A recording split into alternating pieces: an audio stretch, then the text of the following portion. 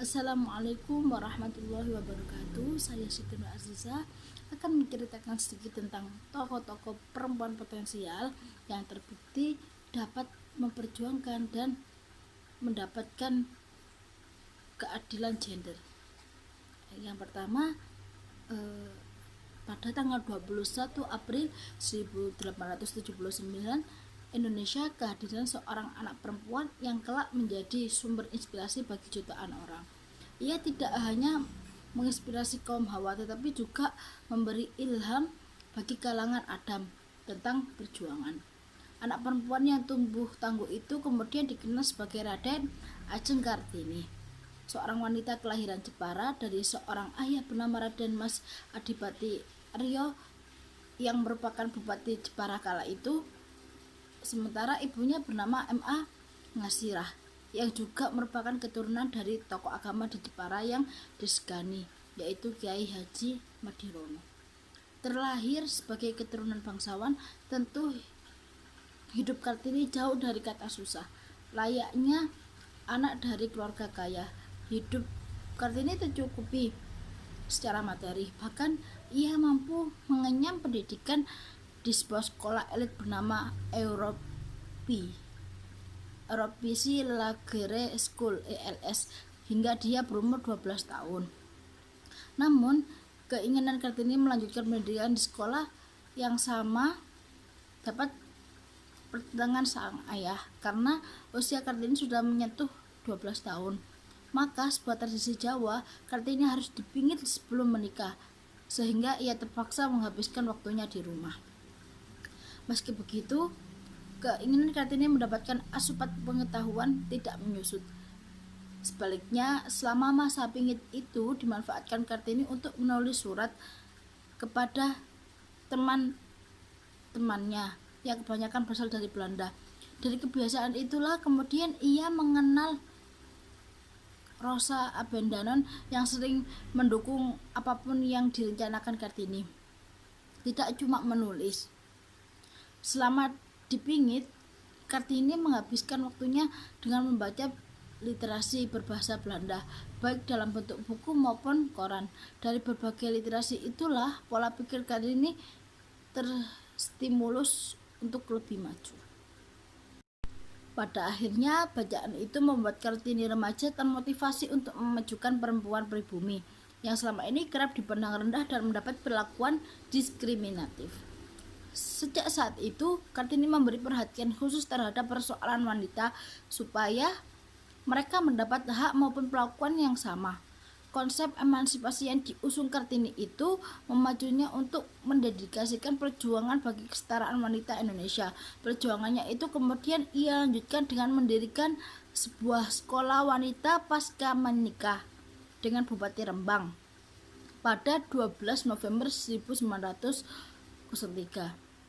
Namun sayang, perjuangan Kartini tidak bertahan lama, sebab 4 hari setelah melahirkan putranya Susali Jojoningrat, atau tepatnya pada tanggal 17 September 1904, Kartini menghembuskan nafas terakhirnya. Meski hidupnya terbilang singkat, namun buah pemikiran Kartini begitu besar. Bahkan pemikirannya selama masa pingit yang diluapkan dalam surat menyurat mampu melanjutkan perjuangan. Hingga pada akhirnya Abendanon yang ketika itu menjabat sebagai Menteri Kebudayaan, Agama dan Kerajinan Hindia Belanda mulai mengumpulkan surat-surat yang pernah ditulis oleh R.A. Kartini ketika aktif melakukan korespondensi dengan teman-temannya yang berada di Eropa. Akhirnya disusunlah buku yang awalnya berjudul Dor Duitemis Tulich yang kemudian diterjemahkan dengan judul Dari Kegelapan Menuju Cahaya yang terbit pada tahun 1911.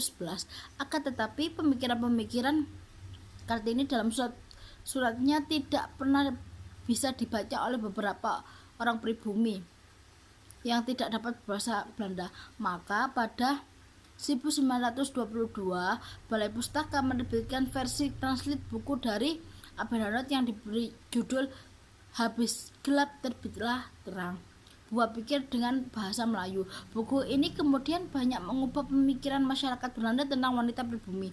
Inilah yang akhirnya membuat Kartini menjadi simbol kesetaraan bagi wanita. Perjuangan dan pemikiran Kartini membuatnya diabadikan sebagai salah satu pahlawan nasional berdasarkan keputusan Presiden Republik Indonesia nomor 108 tahun 1964. Dalam keputusan itu juga menetapkan hari lahir Kartini, yakni 21 April diperingati sebagai Hari Kartini saat itu. Sekian, dilanjutkan oleh teman-teman saya. Assalamualaikum warahmatullahi wabarakatuh. Assalamualaikum warahmatullahi wabarakatuh. Selanjutnya, saya Aris Ananda di sini akan menjelaskan terkait penugasan dari kemarin yang diberikan oleh Bu Vita terkait dari kelompok 9 yang membahas terkait dengan potensi seorang wanita, di mana seorang wanita ini mereka mampu menyeimbangkan, di mana derajatnya seorang perempuan ini mampu bersaing, ya, bukan bersaing di sini, bisa bersama dengan seorang laki-laki memiliki derajat yang sama, yaitu memiliki keseimbangan di dalam strata sosial di masyarakat. Seorang wanita di mana perempuan dan pendidikan ini merupakan hal yang tidak dapat dipisahkan, ya. Seorang sosok ibu adalah sebagai bisa dibilang madrasatul ula atau pendidikan pertama bagi anak-anaknya. Seorang perempuan juga ternyata, ya, mampu mendirikan sebuah pusat pendidikan pertama di dunia. Ada yang menganggap Al-Azhar adalah yang pertama. Namun sebenarnya ada yang lebih tua dari Al-Azhar ini.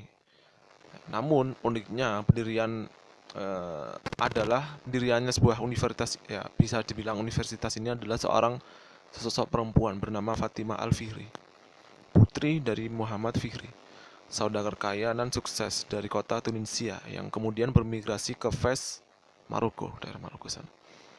Kemudian pada awal abad ke-9, Muhammad Al-Fihri ini seorang pengusaha sukses di kota Qairawan atau saat ini dikenal sebagai kota Tunisia, ya. Kemudian bermigrasi ke Fez, Maroko. Pada awal masa pemerintahan Raja Idris kedua, jadi Fez ini dikenal sebagai kota metropolitan dengan penduduk Muslim Barat, ya, Muslim Barat daerah Fez ini, di negara yang dikenal dengan sebutan Al-Maghrib atau meliputi Maroko, Tunisia, Libya, Aljazair, dan Mauritania. Namun kini nama Al-Maghrib ini mengacu pada Maroko, sebuah negara monarki di pojok barat utara benua Afrika sana. Kemudian Fatimah Al-Fihri ini lahir di Tunisia pada tahun 800 Masehi. Ia merupakan sosok perempuan keturunan bangsawan, kaya, dan memiliki strata sosial yang tinggi. Kemudian selain Fatimah, Muhammad Fihri ini memiliki putri bernama Maryam. Keduanya menorehkan sejarah yang baik. Fatimah dan Maryam ini memiliki visi, misi, dan semangat yang sama, yakni memajukan masyarakat di kota tersebut. Kemudian, mereka ini keduanya menyadari akan pentingnya menjaga pengetahuan Islam dan mengembangkan intelektual masyarakat setempat. Kemudian pada tahap awal yang dilakukan oleh kedua saudari ini adalah dengan membentuk sebuah komunitas. Jadi mereka berdua ini membentuk sebuah komunitas belajar, komunitas studi. Kenapa?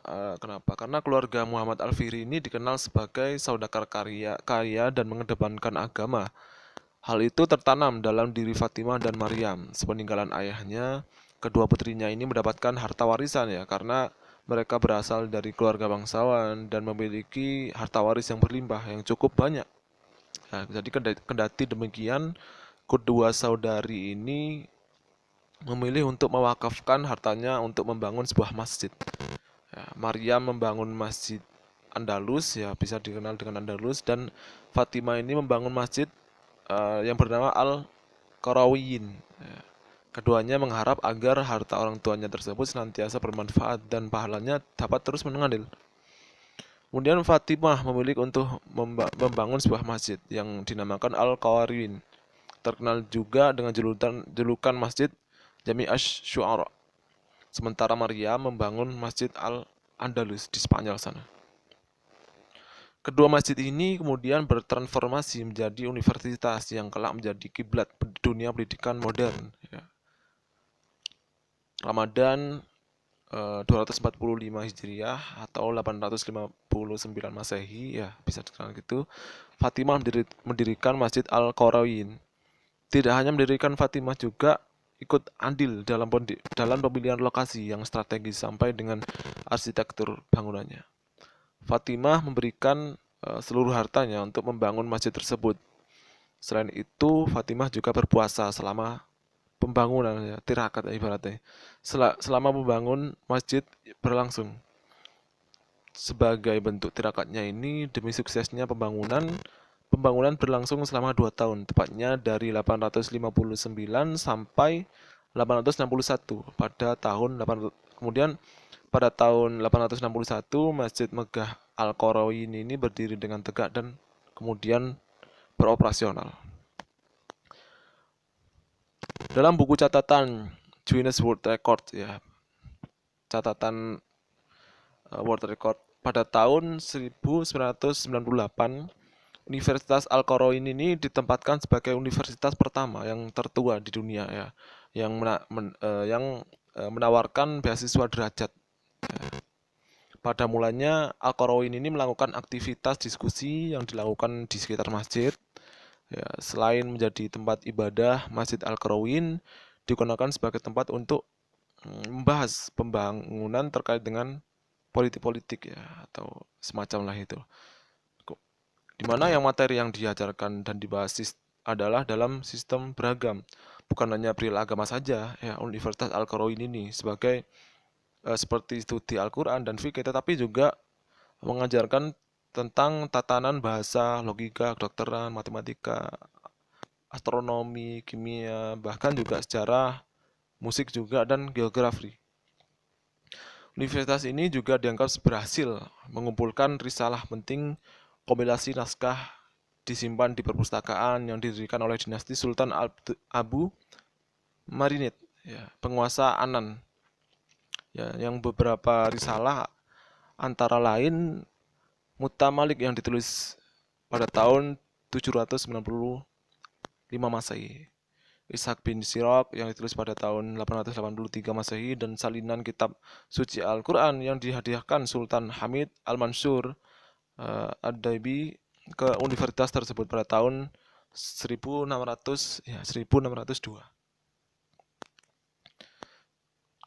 Universitas Al-Qarawiyyin ini dianggap sebagai pusat intelektual utama di Mediterania. Reputasi yang sangat baik bahkan menyebabkan tokoh Gerber dari Auvergne ikut menjadi mahasiswa Universitas Masjid Al-Qarawiyyin ini. Ya, di mana Gerber ini kemudian menjadi Paus Sylvester II dan kemudian memperkenalkan angka Arab dan angka 0 ke seluruh Eropa. Universitas Al-Qarawiyyin ini terus berkembang meluas tanpa ada diskriminasi. Selain dari kalangan Muslim, terdapat banyak pelajar atau mahasiswa beragama, bukan hanya Islam saja, beragama Yahudi dan Kristen yang mengenyam pendidikan di Universitas Al-Qarawiyyin ini. Kemudian Universitas Al-Qarawiyyin ini meluluskan banyak sosok pemikir dan ilmuwan Muslim terkemuka, beberapa di antaranya yaitu Abdullah Al-Asati, kemudian Abu Al-Abbas Al-Zawawi, kemudian Ibnu Rashid As-Sabti.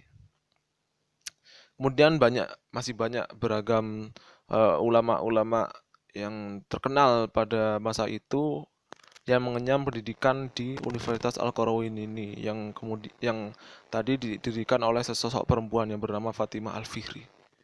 Kemudian pada akhir hayatnya, Fatimah Al-Fihri ini wafat pada tahun 880 Masehi. Di usianya yang mencapai cukup tua pada umur 80 tahun. Yang dimana Fatimah dapat memberikan pengaruh kuat, ya, terhadap peradaban dunia, peradaban Islam dunia maksudnya, pada peradaban Islam dunia. Dibayangkan saja, ternyata kita tahu kalau ternyata pendidikan pertama atau bukan pendidikan, universitas pertama di dunia adalah sesosok perempuan yang bernama Fatimah Al-Fihri. Jadi di sini kita dapat memandang bahwasannya ternyata sosok perempuan ini mampu mengubah bagaimana pandangan seseorang terhadap strata perempuan, ya, dimana ternyata perempuan bisa memberikan giroh lebih terhadap dunia pendidikan, ya.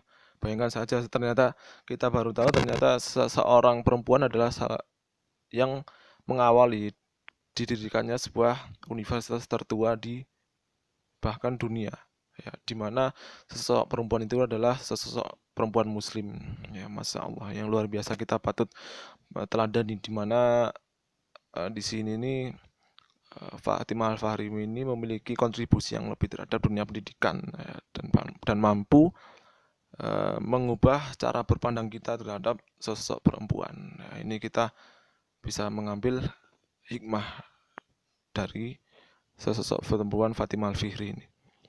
Sekian yang bisa saya sampaikan. Terima kasih. Selanjutnya akan dilanjutkan oleh kelompok 9 selanjutnya, ya, yang akan dijelaskan oleh teman saya. Sekian. Assalamualaikum warahmatullahi wabarakatuh.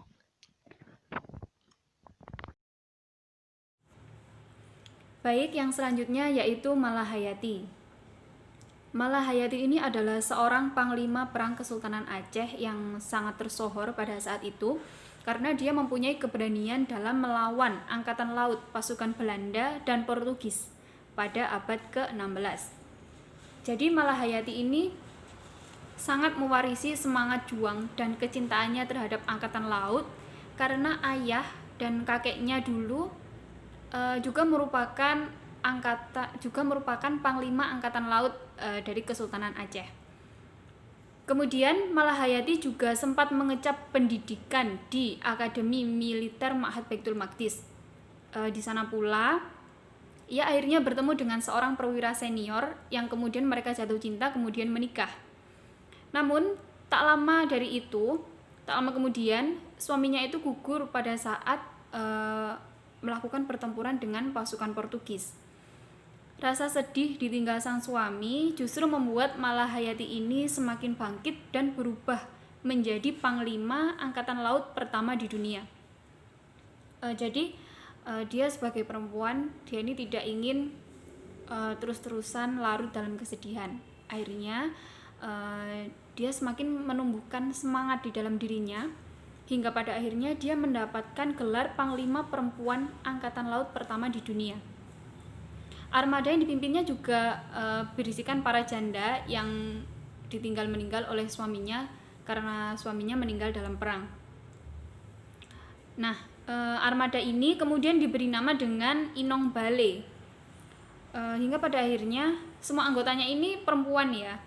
Semua anggotanya perempuan karena pada akhirnya itu banyak juga perempuan yang belum menikah ikut bergabung ke dalam Inong Bale ini.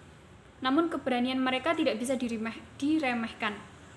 Bahkan ada yang mengatakan bahwa kapal yang digunakan mereka untuk berperang, untuk berlayar ini sudah dilengkapi dengan meriam. Ketika berlayar, Inong Bale menunjukkan ketangguhannya dengan memporak-porandakan pasukan Belanda dan Portugis. Selama 9 tahun, Laksamana Malahayati telah memimpin Inong Bale dan menjadi pemimpin armada laut yang terkenal di seluruh penjuru dunia. Selama itu pula, Malahayati berhasil memenangkan semua peperangan dan melawan semua pasukan yang beranggotakan laki-laki dengan semangat yang ada di dalam dirinya. Bahkan karena pencapaiannya tersebut, Inggris yang pada saat itu dipimpin oleh Ratu Elizabeth I lebih memilih menggunakan jalur damai dengan membawa surat kepada Sultan Kerajaan Aceh Darussalam untuk membukakan jalur perdagangan. Hingga pada tahun 1606, Malahayati ini gugur pada saat bertempur melawan Portugis di perairan Selat Malaka. Maria Josephine Catherine Maramis, atau lebih dikenal dengan nama Maria Walanda Maramis, merupakan seorang perempuan yang lahir di sebuah kota kecil bernama Kema, yang berada di Kabupaten Minahasa Utara, Provinsi Sulawesi Utara pada tanggal 1 Desember 1872. Maria Walanda Maramis mempunyai 3 bersaudara dari pasangan Bapak Bernardus Maramis dan Ibu Sarah Rotin Sulu. Maria Walanda Maramis memiliki seorang kakak perempuan yang bernama Ance Maramis dan memiliki seorang kakak laki-laki yang bernama Andries Alexander Maramis. Keluarga mereka merupakan keluarga sederhana, sama seperti keluarga lainnya yang berada di desa Kema. Ayah Maria merupakan seorang pedagang yang memanfaatkan hari pasar di pesisir pantai ketika pelabuhan Kemah sedang ramai-ramainya. Kemah merupakan sebuah desa kecil di pesisir pantai timur Sulawesi Utara. Pada abad ke-19, desa di Minahasa merupakan bagian dari Keresidenan Manado yang merupakan daerah terpencil. Orang Belanda menyebutnya dengan Buitewing Western atau Outlying District. Maria Walanda Maramis kecil hidup dengan bahagia di tengah kesederhanaan bersama kedua orang tuanya dan kedua saudaranya. Namun, kebahagiaan itu direnggut karena wabah penyakit kolera yang menyerang. Usia Maria Walanda Maramis baru menginjak 6 tahun saat wabah itu terjadi. Saat itu, penanganan kesehatan masih sangat-sangat rendah, sehingga wabah penyakit kolera tersebut banyak memakan korban jiwa, termasuk kedua orang tua Maria Walanda yang meninggal karena wabah tersebut. Kehidupan Maria Walanda dengan kedua saudaranya pun berubah. Mereka diasuh dan dibesarkan oleh pamannya dari keluarga pihak ibu, yang bernama Mayor Ezaurotin Sulu di daerah Air Madidi, sebuah ibu kota dari distrik Tonsea. Mayor Ezaurotin Sulu merupakan seorang kepala distrik Tonsea dengan pangkat mayor. Pangkat mayor pada saat itu termasuk pemimpin wilayah yang disegani dan tidak sembarang orang dapat memiliki jabatan tersebut. Pangkat mayor adalah gelar bagi seorang pejabat pemerintahan yang disesuaikan dengan pangkat bupati jika di Pulau Jawa. Oleh karena itu, hal tersebut menunjukkan bahwa Paman Ezaurotin Sulu merupakan orang pejabat dan orang terpandang saat itu. Selain diasuh dan dibesarkan oleh pamannya, Maria Walanda dengan kedua saudaranya pun diberikan kesempatan untuk sekolah. Dalam kehidupan sehari-hari, Maria Walanda dengan kakak perempuannya dan kakaknya laki-laki tidak ada perbedaan perlakuan dari pamannya. Oleh karena itu, Paman Maria selalu didatangi dari tamu dari berbagai kalangan, mulai dari rakyat biasa sampai dengan pejabat pribumi maupun Belanda. Kondisi tersebut dimanfaatkan oleh Maria untuk belajar banyak dengan bibinya tentang bagaimana cara untuk menyambut tamu, mempersiapkan hidangan tamu, beretika sopan santun, dan sebagainya. Waktu terus berjalan. Maria Walanda pun semakin mahir dalam hal pekerjaan rumah tangga. Ia terkenal sebagai sosok perempuan yang sopan santun dan rajin, sehingga nama Maria mendapatkan predikat baik dan terkenal di lingkungan rumah pamannya. Karena saat itu Maria mulai menginjak usia remaja sekitar 17 tahun. Pada saat itu, mulai banyak pria-pria di sekitar rumah pamannya tertarik untuk mendekati Maria. Namun, tak satu pun dari pria-pria tersebut Maria terima. Jika ditelaah lebih dalam, banyak faktor yang menjadi penyebab Maria tidak bisa masuk ke sekolah Maiche School. Namun, secara umum terbagi dalam dua faktor. Faktor pertama ialah ketika Maria meminta kepada pamannya agar dimasukkan ke sekolah tersebut, pamannya menolak dengan alasan uang warisan dari orang tua Maria hanya cukup untuk menyekolahkan saudara laki-lakinya ke tingkat yang lebih tinggi. Sehingga Maria dan saudara perempuannya hanya bisa disekolahkan di sekolah rakyat. Kemudian faktor selanjutnya yaitu adalah Maria tidak bisa melanjutkan sekolah karena adanya kebiasaan adat. Saat itu, anak perempuan Minahasa hanya bisa sekolah di sekolah rakyat. Setelah itu harus mengurus kegiatan rumah tangga seperti memasak, mencuci piring, dan sebagainya. Dua faktor tersebut sebenarnya memiliki keterkaitan. Adanya kebiasaan adat yang melarang anak perempuan pribumi untuk dapat melanjutkan sekolah lebih tinggi. Jika dilihat dari faktor sosial, saat itu kondisi perekonomian warga pribumi yang belum memungkinkan untuk dapat menyekolahkan anak perempuan ke sekolah yang lebih tinggi. Jikapun ada anak perempuan yang melanjutkan ke sekolah yang lebih tinggi, biasanya hanya dari anak orang yang memiliki jabatan di pemerintahan Belanda. Terlepas dari dua faktor tersebut, karena Maria Walanda merupakan seorang perempuan yang cerdas, ia coba menerima keadaan itu yang tidak bisa melanjutkan sekolah. Namun, bukan berarti Maria Walanda larut dalam kesedihan dan tidak melakukan apa-apa. Maria tetap memiliki semangat yang kuat untuk dapat belajar sesuatu yang bermanfaat, sehingga Maria pun belajar mengurus rumah tangga paman dan bibinya seperti belajar membuat kue, menjamu tamu, kehormatan pamannya, menghias meja makan, dan sebagainya.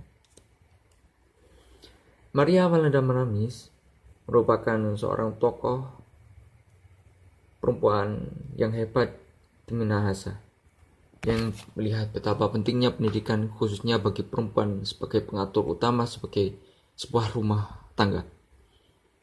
Maria Walanda Maramis sadar benar penting seorang ibu dalam rumah tangga. Di zamannya, tampak jelas di mata Maria Walanda Maramis banyak gadis-gadis Minahasa yang beranjak dewasa tidak siap menghadapi masa depannya untuk berumah tangga. Apalagi sekolah atau pendidiknya rendah, keadaan yang miskin di desa dan lain sebagainya. Keadaan demikianlah bagi Maria Walanda Maramis sangat diperhatikan dengan pengalaman yang ada. Maria Walanda Maramis yang tidak mengenal lelah, sekalipun dikecam oleh masyarakat, tetap berpegang teguh pada pendiriannya untuk meningkatkan pendidikan bagi kaum perempuan.